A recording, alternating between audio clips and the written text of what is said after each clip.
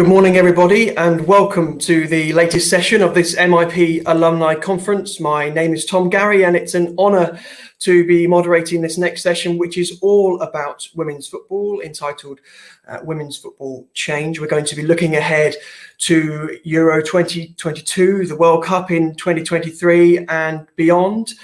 Just before I introduce our three hugely influential panelists, I'd like to remind those of you at home that we'd like you to get involved with the discussion today. Please use the hashtag MIP Alum Talks, and we'd love to hear your questions and your thoughts on today's discussion. And this morning we're talking all about the women's game. So without further ado, let me introduce you to our three panelists. We are joined by women's football royalty for this session. Firstly, I'd like to introduce the Chief of Women's Football at UEFA, Nadine Kessler. Good morning, Nadine. Hi, Tom. Nice to be here with you. Very nice to speak to you, Nadine. And we're also joined by the Director of Women's Football at the Swiss Football Association, Tatiana Henny. Good morning, Tatiana. Good morning. Hi, everybody. Good morning. And last but very much not least, we have the Women's Professional Game Director at the Football Association in England, Kelly Simmons. Good morning, Kelly. Good morning. Morning, everyone. Good to be here. Very nice to speak to you all. Now, there's so much for us to get into in the next 45 minutes or so, but I'd like to start by first asking you, Nadine, we've come so far in women's football in these past 5 years. Did you really believe that we would see the progress that we've seen 5 years ago to where we are now? Honestly, yes and no. Of course, I'm a true believer and optimist, and of course, I believe in the strengths of the game I represent. But that the trajectory of the game is that huge, and we are taking off both on the national team and club level, I think in this manner is really quite special. I quote here my friend from former CEO of Arsenal, David Dean, who said, "The train has left the station," and I think he's absolutely right. And today it's really a time where there are more doubters than believers, and this changes everything. And I think also the fact that the standstill in women's football stops. There's not just highlight events like a fantastic World Cup or a Euro, but no, there is content, there is visibility between major events, also thanks to fantastic women that are here with me in this panel, like Tatiana and Kelly, providing reasons for the game to be visible at any time through their leagues, through their projects. And I think that is really quite exceptional. Yes, I really enjoyed what you said there. The train has left the station. It does feel like that, I think, across the whole of the women's game. Tatiana, what are your thoughts on where we've come in the women's game? It's fantastic. It's a pleasure to be involved at that moment, especially if you have been in the game for so long and you have seen some of the challenges, and we can just enjoy the moment. It's not only a train. I think it's a TGV who left the train station, at least in some countries and in some clubs. So I think we've reached a point where it's no longer a matter of will women's football develop, will it get professional, will it get better. I think we're way above this point. It's more a question on when will we reach the level of the men's game, when will we get more sponsors, more economic success, and that's the next steps, which will be reached in a couple of years, actually, I think. And Kelly, I know this conference comes at an exciting time for you personally, as we are poised to celebrate the 10th anniversary of the Women's Super League in England. And I suppose with that in mind as well, my same question to you really, what are your thoughts on the progress that we've seen over that decade? Yeah, I mean, I'm an optimist and I've got high ambitions for the women's game, but like Nadine, I don't know if I could truly have thought that we'd be where we are now in 2021. I certainly think, there's been significant change for a few years now, but for me, it really feels sort of turbocharged, probably since the Women's World Cup 2019. Certainly in this country, we saw 25 million people following the Lionesses. We then came back to WSL Barclays, made one of the biggest investments in women's team sport. To back the Super League. We saw record crowds pre-COVID, and obviously we've gone on subsequently to announce, a new big domestic rights deal that's going to much change the face, I think, of women's football in this country. So we've seen big changes, and I think sometimes it's nice to sit back and reflect. I'm one of these that's always looking, what's the next thing? What have we got to do? What have we got to fix?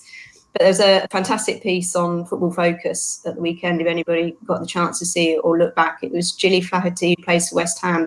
She scored the first goal in WSL 10 years ago. And she was then about, they needed to have other jobs outside of football. And you look at now, the fully professional league and the training facilities and the support services around the players and everything that the game's developed. It's been a huge change and one we should celebrate. Thank you, Kelly. Thank you all for those nice opening thoughts. I'd like to ask you all next which one thing you're most proud of about the development of women's football. And I wonder if I could come to you first, Tatiana. Wow, most proud of. Well, I'm not proud of. I haven't done much. I think the players can be proud of the quality of the game. I will probably pick that one, just because if you look at the big events like the Women's Euros or the Women's World Cups, which are every 4 years, you can kind of compare those events. And I just think the quality of the game, the level of these players is just fantastic of what they play, with which passion they play, the fairness they have on and off the pitch, that they're vocal, that they seem to be themselves and have opinions and raise those opinions. I think that makes the game really wonderful and attractive for everybody. And I think the players should be proud of themselves, given especially the circumstances where they train and develop and perform. I think they should be proud of where they have brought women's football. And Nadine, it's the same question to you. What brings real pride to you when you think of what's been happening lately? I feel like Tatiana read my thoughts. I couldn't agree more with her. I think what this game stands for, what those players stand for, and how far the football has come is tremendous. In my playing days, I really disliked the fact that there were many things being discussed besides the football, the actual football. And as an athlete, that's the thing you want to be measured for, want to be judged for, right? Your performance, that's your job. So I'm so happy to see that, the game has taken off technically, physically, tactically in such a manner, and that those girls, those teams show how good they can be if they've been given a professional structure to thrive in. So I couldn't agree more with Tatiana, the way the game has evolved sportingly, and as well also the responsibility those actors of the game take on off the field of play, I think is really important. They have a huge role to play, responsibility also in terms of how our game is perceived, and they contribute massively to the popularity of it. Yes, I think people would agree that the players have worked so hard that I think we're also seeing in the media now lots more talk about the tactical analysis and individual performances, which perhaps we didn't see before. So that's very nice to see. And Kelly, the same question to you. What are you most proud of what's been happening lately? Well, I echo everything that's been said about the players. I'd add the clubs as well. The clubs have invested. They've invested in their workforce. They've invested in training and stadia when many people possibly couldn't see a financial return for that. They can now because of the brands that are getting involved, the sorts of levels of sponsorship we're seeing come into the game at club and national level, and obviously the new media rights deal. But I think, those players, the quality of the product, those players deserve a platform. Our job, running the league or being involved in a federation, our job is to give them that platform to showcase their fantastic talent. And I think that's what's really exciting about the new partnership we've got with BBC and Sky, 57 live games on television next year in terms of the league, 18 of those on BBC One, BBC Two, which is going to attract significant audiences in sport, not just women's sport, and possibly take the WSL to be the most watched league behind the Premier League in terms of television audiences. I mean, it's a big breakthrough, and it's what those players and those clubs deserve who fought so hard to get us to this point. But of course, it's not all been plain sailing. All of these achievements that you've all just discussed haven't been easy to achieve, and there'll be more challenges going forward. I wonder if I could start with you, Kelly. What are the biggest challenges facing the game at the moment, and how can we safely navigate them? Yes, that's a tough question. There's a list. I'd say job one in terms of the Super League anyway, and the professional women's game is to grow revenue and make it sustainable in its own right. It's still reliant on men's football club money, money generated through the men's game, which is investing in the women's game. And obviously with that, you run the risks that you can have changing owners, changing leaders in clubs, and therefore varying sort of impacts on the women's club. So job one has got to be to grow revenues and make the league sustainable in its own right. And then I think, we've got a big job to do still in this country to make sure that our talent pipeline is diverse and inclusive, and that we continue to develop top level players that will help England, will help the clubs, compete in Champions League, and will make sure that the product stays, or maximises absolute full potential. So big work to do, I think, around the future investment alongside and not taking our eye off the future while we continue to grow the first team product. So lots to do. Thanks, Kelly. And Tatiana, for you, where do you see the biggest challenges at the moment for the game? I think we still don't have equal access for girls. It's still a rather male-dominated sport from the grassroots upwards. So have more girls join football, more equal opportunities would be one of my key challenges for the future. And in the same direction, I would also go in the talent pipeline. So if a club runs an elite program for boys and girls, I would hope that the infrastructure, the environment, the medical treatment, the quality of the coaches, the payment to the coaches, if you coach a boy who is 15-year-old or a girl who is 15-year-old, are the same. I really think up to the top elite professional level, the financial impact should be actually the same. So if you do development work, you do education, you work with players, I would hope that in clubs and associations and everywhere it should be the same. And that to me would be the biggest next challenges. Well, we look forward to hopefully overcoming those challenges, Tatiana. Nadine, where do you think the biggest challenges lie? Well, that already enough for us. I can only echo what Tatiana and Kelly already said. I think the one that I would like to maybe highlight is, I think there was a huge progress on a European level that I can judge on a socio-economic level, but this remains at the same time our biggest hurdle. There's still barriers to be fought when it comes to perceptions. There's still further efforts to be made when it comes to investment. Kelly alluded to it already beforehand in terms of what they've done in England to centralize the rights and to create revenue for the WSL. I think that is something really important. We're currently trying to do that also on a European level, but I think to further push for investment coming maybe from outside the women's game, from the men's game is crucial, no doubt. But I also believe it's absolutely crucial for the game to start making its first steps financially, business-wise, on our own to really create a sustainable model going forward, and also quite frankly, to show that women's football has a value on its own. So I think that with that ambition in mind, we have the best possible future ahead to impact what Tatiana said, work on access on the ground. It's really important we get the basics right, have infrastructure there and equal opportunities on the ground, starting with the important role of coaching. Of course, and Nadine, those things will obviously, understandably, take quite a lot of time, as with everything in this world and in this sport. And I'm wondering what for you would represent success in perhaps 5 years' time. Where would you like to see us in 5 years?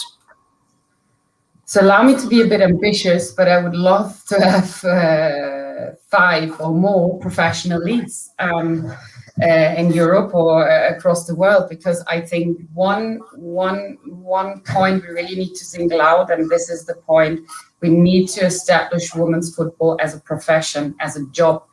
It needs to be a profession for more than just a few standout players that are, for example, now enjoying a fantastic time in England. We need to really work on the fact to have more professional leagues across the globe, to ensure our game again is established as a profession, and again also with the ambition of having business financial aspirations behind, because I truly believe if we don't have them, then the professionalization will slow down. So this is for me, that's what success looks like. Absolutely. I think this crisis has also shown how important it is to be on the way or have a professional status. I think in Europe, there are also now a few other countries that are making their way of becoming a professional league, which is great. And I hope we will be able to contribute to this on a European level, also with what we're planning to do with the Women's Champions League, which is soon to be announced. The format is changing next summer, with also right centralization behind this. So we hope we can further contribute and help to develop professional women's club football and respectively those leagues. Lots to look forward to there, hopefully. Then if we can, particularly what you're saying at the start there about hopefully having more professional leagues, that seems like a really important step. Kelly, could I ask you specifically about England and the English game? What would be success for you in 2026? Where would you like to see things?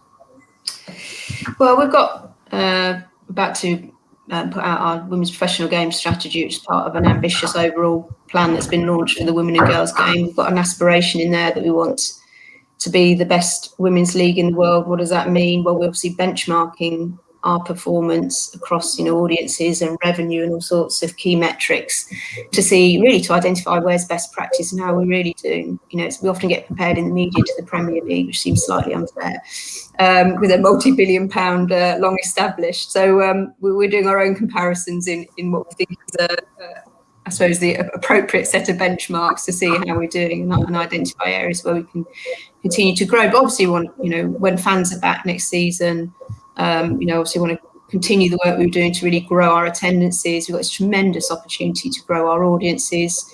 We need to be really mindful that the younger audiences consume their football, their sport, their everything very differently. So the whole sort of digital social piece is hugely important in terms of the next generation of fans as well. So lots to do, but ultimately, we're trying to build the league to be sustainable, as Nadine was talking about, growing revenue, making sure that we bring in revenue for the women's game and protect it and make it sustainable, with our one very important eye on making sure that the whole pyramid develops and grows. I think one of the pleasing things about the new TV deal was the 75-25 split in revenue between the Super League and the Championship. Is really important. As we develop the Super League, we don't take our eye off developing and supporting the whole pyramid for women's football. And Kelly, alongside of all those things that you've mentioned, obviously England will be hosting the European Championships next summer, and I'm wondering, particularly putting aside any potential success on the pitch for England, what would represent success in terms of the tournament for you? Full stadia, without doubt, it'll be a world-class product. We've got fantastic teams coming. Can't wait to sort of welcome the fans to England and for English people to see even more top level, world-class football. Obviously, we want to fill the stadia, and our job is then to convert that increasing interest, that increasing engagement into the WSL, a bit like the work we were doing after the Women's World Cup in 2019, where we came back. We had a number of games in the men's stadium, and we've seen sort of 20,000, 30,000 people. Our job is to convert that either into young players, into fans, into engaging in the Super League. Make sure that we use that wonderful opportunity to create a legacy. Yes, it was a pleasure to be in one of those stadiums for the Tottenham Hotspur Stadium, where the new record was set in the league. And let's hope that we have more moments like that. Tatiana, if I could move on to you, please, and ask you where you think we would like to be in 2026, 5 years' time, and perhaps if we were having this conference again, what would represent success at that stage? Well, if you know me a little bit, probably my answer. I'm really trying to get women's football specific decision-making structures in place. I think that's one of the reasons why we're not moving faster. So women's football experts in decision-making positions are key to me. So a federation, a club, and any organization in football should know what they're doing in men's elite football or in women's elite football, and have people in those areas, men and women, who are experts. So we could take quicker and better decisions and move on faster. And I really don't see that happening on a broader level. I think it's the opposite sometimes. And then, of course, in Switzerland, that women's football is the most popular sport, that our league becomes semi-professional, and that we qualify not only for England tomorrow evening, hopefully, but also for the World Cup 2027, which we would know by 2026, which is in 5 years. Well, that's very lots to look forward to there. Then, particularly, I think you're giving us an exciting future. Hopefully, we wish you the best of luck with that. And Tatiana, if I could just stay with you on I suppose, a less happy note after those things you were just saying. It would be remiss of us not to talk about the impact of the global pandemic on the women's game. And one thing that I suppose we were all quite conscious of was that across the world, men's sport and men's football appeared to take priority. We saw it being quite quick to come back to play while lots of women's sports waited. And I wonder, Tatiana, whether how much the past year has sharpened the focus on the need to develop women's football. Maybe you're surprised, but actually I think it helped women's football. Women's football is at a less risk. The money invested in women's football is not on the same level as men's football. And even though men's football struggles, I don't think they can take it away from women's football, because it's not that much. Maybe Kate has to say England is a bit different, but I think in most other countries, the fact that there's unequal treatment, the fact that the men continue to play sometimes started a big discussion on a government level, on the media level. And I can say for Switzerland, it helped us. We stopped the league last spring, and then we had huge discussions. And since then, we have a way better position. We play in the three highest leagues. I think society became a bit more aware of some of the inequalities. And I really think the level and the acceptance and the status of women's football and elite football in Switzerland has not taken any negative impact. On the contrary, it only helped us. Well, that's very interesting that you say that it's helped, and that's actually very interesting. And Kelly, the same question to you, I suppose. What are your reflections on the past 12 months and the impact that the virus has had? Yeah, there's no doubt women's sport got hit short term because men's sport had got the human and financial resources, I think, to move quicker and put in place sorts of protocols and the testing and all the things that wrap around that and come back quicker. But I was always confident that once we could get the resources that we needed, and you had to identify over £3 million of testing. So, there's some significant challenges. I was confident. We had a project team called Project Comeback. We wanted to make sure we came back really, really strongly, having had to terminate last season in part of those plans with the Community Shield double header, completing the FA Cup, because that gives us big audiences on the BBC. Doing everything we could with fans not there in the grounds to really build our audiences, use OTT to get our games out, etc. So, and we've seen, a number of brands coming to the table still to invest in the women's game. Obviously, the recent announcement on the domestic rights. So I think, it'd be naive to say that we're through it, because football, I don't think any industry truly knows yet its full impact. So, but so far, we've come back and we're thriving. So.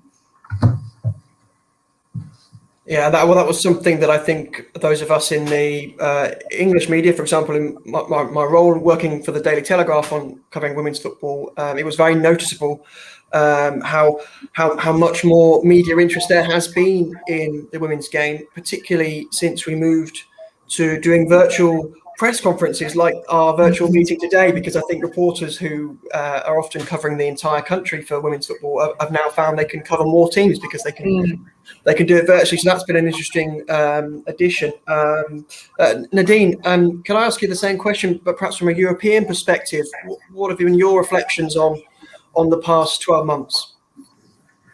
Well, from a European perspective, I think I would even portray the picture a bit more positive than what we've heard before, because I first of all, I think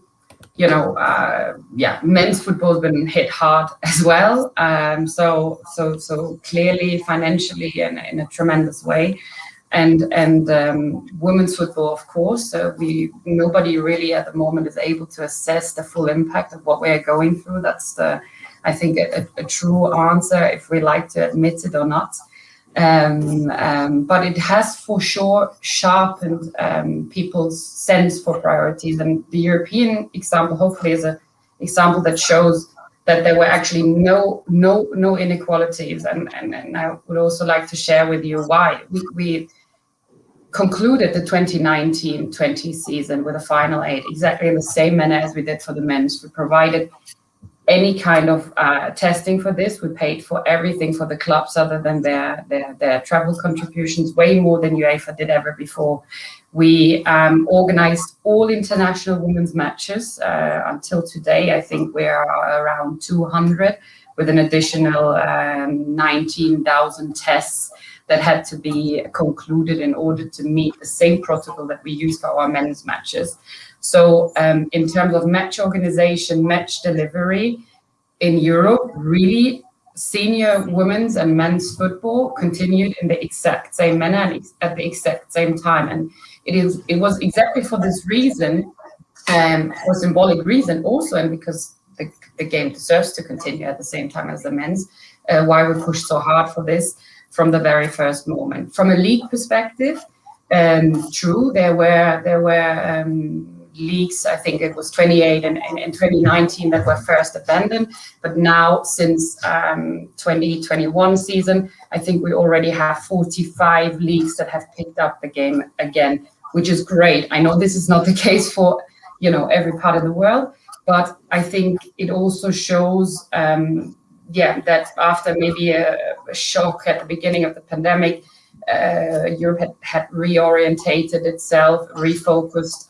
priorities, and went straight back to the priority women's football. And I'm quite proud to say that I think it's great to see how our game continues. Yes, on a youth level, unfortunately, some difficult decisions had to be made, but they were being made for both boys and the girls, that it's not sensible to continue those competitions. And maybe one last example that was also regularly discussed, I got a lot of feedback, comments from everywhere, was the Women's Euro. You all aware the Men's Euro had to be postponed.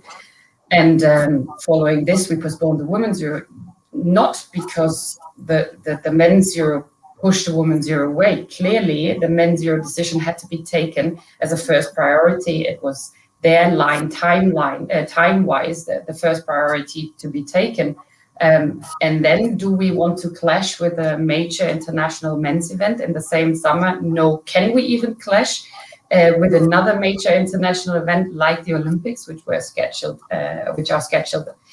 also this year? I guess Kelly would have called me and said, Nadine, sorry, we have women's teams participating in the Olympics, so no, of course not. This, and some people may have seen this as a secondary decision, but no, it was the best decision, a common sense decision for the Women's Euro to be in the position to have our own platform next year, a great exclusive platform for its own. So I think there are some inequalities that were exposed, but I hope also due to the fact that we've been trying to get European women's football on the ground, that we also helped a little bit to steer the priority setting across Europe. Yes, Nadine, and if I could just follow up on that, Nadine, how proud are you of the fact that the UEFA Women's Champions League last season was able to complete, and that also, despite all the challenges, that the current season of the UEFA Women's Champions League has got through to the semi-final stage, and so far everything has gone relatively smoothly? I'm tremendously proud, but mostly of those clubs, what they deliver, how our associations help those clubs to deliver it. It's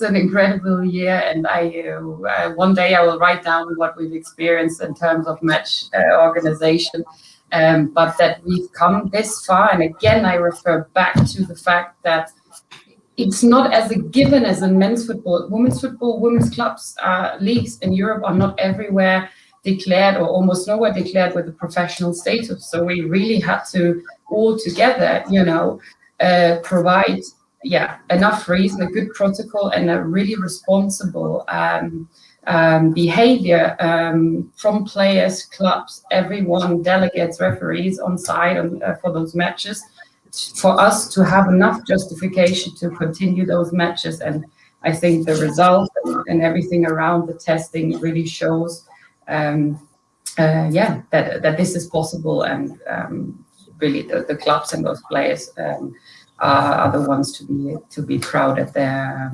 achievements. Absolutely, and here in England, we're very much looking forward to Chelsea's semi-final against FC Bayern Munich. Before I move on to our next topic of discussion, I'd just like to remind anybody watching at home on Twitter or YouTube that if you would like to get in touch with us, we're using the hashtag MIP Alum Talks. And for those of you who are perhaps watching this who don't know this, the MIP Alumni Association is, of course, a network of former international players now in leadership roles. And that brings me to my next question, Tatjana, which is to ask you, please, what things can the MIP Alumni Association do, and what role can it play to help accelerate the development of the women's game? I think they're already doing a great job. I mean, hosting this conference is a fantastic event. I think if you look at the level of the participants and the speakers and the topics, I really think it's great. What I like most from what I've seen so far is that it's very mixed on men's and women's football. So the topics now that there are male and female players attending the course, that the speakers are specialists on different topics. So I really think this whole topic of diversity is very well lived through their organization, which I think is key today, and they're a super role model in that respect. And of course, we don't need to say how important it is to have former players involved in our game. It's the ones who have played it. We need their know-how, their experience. And I think we need in football, on administrative side, more well knowledgeable people, rather athletes than politicians. Thank you, Tatjana. And Kelly, the same question to you. What role do you think the MIP Alumni Association and its network of members can play to help us drive the game forward? Yeah, key role, as Tatjana said, the experience that this group has got in terms of playing at the very top level is invaluable in the development of the women's game. So I'd say come in and work in the women's game. I'm often asked by clubs who are increasingly recruiting professional staff, either off pitch, driving commercial strategy, or technical director, sporting director roles. It's an increasing industry in its own right, the women's game, and so there's lots of opportunities. So I'd sort of urge people to get involved. If you've got a general role in football, use that position you've got to help drive football for women as well as men. We've all got our responsibility, I think, to make the game inclusive and make it available to everybody. So utilise that. But yeah, absolutely. I think Leon and the team there, MIP, doing a terrific job, and it's a great pool for us all to tap into. Really, as I say, I'm constantly asked about top people for the clubs and other stakeholders. So there's lots of opportunities there for people to involved. Thank you, Kelly. And Nadine, perhaps you're a perfect person to ask this question to. What can former international stars do to help? And how important is it to see more former stars of the game moving into leadership roles?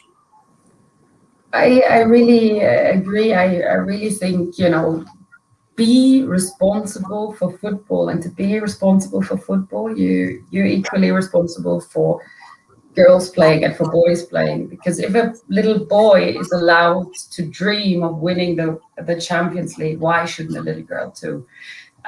You are leaders on and off the field. You might be now in very influential roles. People follow you, people listen to you. So talk about it. Yes, talk about football as a whole, but also do to take it in your own hands. So I think as a player, you simply have a unique perception on the game. And I remembered my beginning days here at UEFA, and to be honest, I struggled, and I wasn't even aware of how much I could actually take out of my playing time into the administration. But now, if I look back on my 4 years, then there were so many things that I actually, knew before, or I'm doing exactly the same as I've been leading my team and doing stuff. And so you have it in yourself, and you have a unique perspective that maybe somebody that wasn't on the pitch, can't see as you.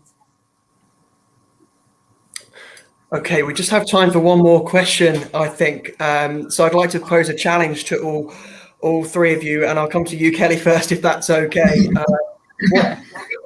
I'm looking to ask you for three very practical things that you would like to see change in the game, and what those three things could be to really drive us forward. Okay. Having a quick think on my feet. First of all, I think level of ambition. So let's be really ambitious about the women's game. It's on a massive upward growth. So linked to that, as Nadine brilliantly articulated, we've got a leadership role in football. Football is for everybody. Shadow of the leader is absolutely fundamental. So make sure you're driving the development of the men's and women's game, and genuinely providing equal opportunities, equal access, and the growth of both games. So that's hugely important. And then I think one area for the women's game that we need to all invest in, I mentioned it today, so I'll give it a plug: officiating, development of referees. Often get forgotten, I think, alongside all the work that we're doing to develop players and everything that wraps around that, and commercialise the game and develop the pipeline, really critical as part of the quality product that we support and develop our officials and the wider workforce that wraps around that. So yeah, lots of tremendous progress has been made, and obviously there's lots still to do. Here. And Tatiana, the same question to you. What three things would you like to see change to develop women's football? I love that we stop, putting women's football separate. That we stop talking about what do we need to do. That it's just normal. So I would challenge and ask all decision makers from the top down to be role models, and I think there's a lot of good stuff happening, and we're definitely in the right direction. But it could be so much quicker. So if we would just be able to have women's football specific structures, people, plans, strategies, and try to make it an equal game for everybody. And if I say that, I don't mean equal pay, because the economics are totally different. We spoke about that. But the structure, the investment in development work, the treatment of women and men on a same level, to me, are just fundamental, and there's no reason why it should be different. So every association, every club, every community should just look at how do we treat women and men, and is it fair and is it equal? And yes, fine. If not, then we need to change it.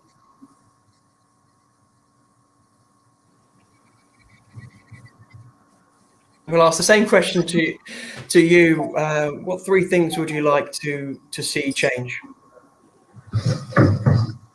The three things I would like to change, I certainly would like to see a closer link between men's and women's football, bigger solidarity between men's and women's football, a club that really runs a men's and a women's team with a vision, with maybe foresight to see actually, wow, to have both of these teams might be of huge value for me, and they actually complement each other very well in terms of which brand values my club represents. So certainly a bigger solidarity between men's and women's football.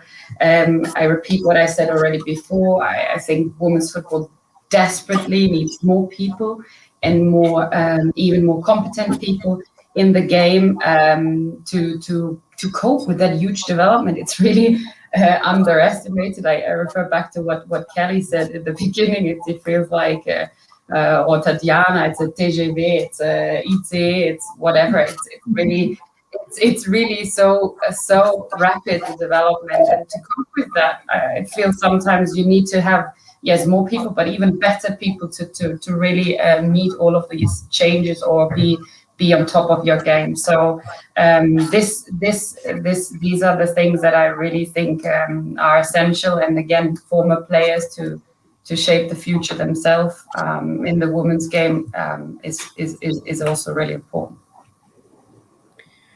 Nadine, thank you very much. And that brings us to the end of our discussion this morning. But I firstly want to say thank you very much to everybody who's joined us from home, watching online, and thank you for your contributions on social media. And of course, a huge thank you to our three panelists, Nadine Kessler from UEFA, Tatiana Henny from the Swiss Football Federation, and Kelly Simmons from the English Football Association. Thank you all very much for your thoughts and your insights, and I hope we can speak again soon. It's now my great pleasure to hand back to our host for the day, Pedro Pinto. Pedro, very best of luck for the afternoon. Thank you, everybody. Thank you, everyone. And I was following the last session, Tom, with great interest. And we are at a crucial phase in the development of the women's game that has been really making strides over the last few years and has huge potential to continue to grow and develop. It's been a great morning so far in this conference. Of course, we started early with an overview of the MIP alumni with Bruno Cheru and Bianca Rech. Then we had the pleasure of speaking with Arsene Wenger one-on-one about a variety of topics, including the importance of the former professionals staying in the game and taking up leadership positions. We then had a panel about the role of the director, and just closed off the last session of the morning focusing on women's football. A lot more to come throughout the day. We're going to have a short break now, but then starting at 1 o'clock English time, 2 p.m. CET, we're going to be joined by Andrea Radrizzani, owner and chairman of Leeds United. Still celebrating that victory over Manchester City, I'm sure. Also owner and chairman of the Acer Ventures Group. We'll be talking to him about what makes a great leader. And then we'll have a few more sessions as well, joined by some illustrious former footballers to talk about the transition of playing football to management roles, talking as well about the agents world and regulations, another panel there that will take place, and then we'll close off with a discussion about the MIP program and everything that the course has to offer. So time for us to take a quick break and probably a quick bite as well. It's been a pleasure to have your company throughout the morning and look forward to seeing you in the afternoon as well, starting again at 1 o'clock with a session with Andrea Radrizzani. See you then.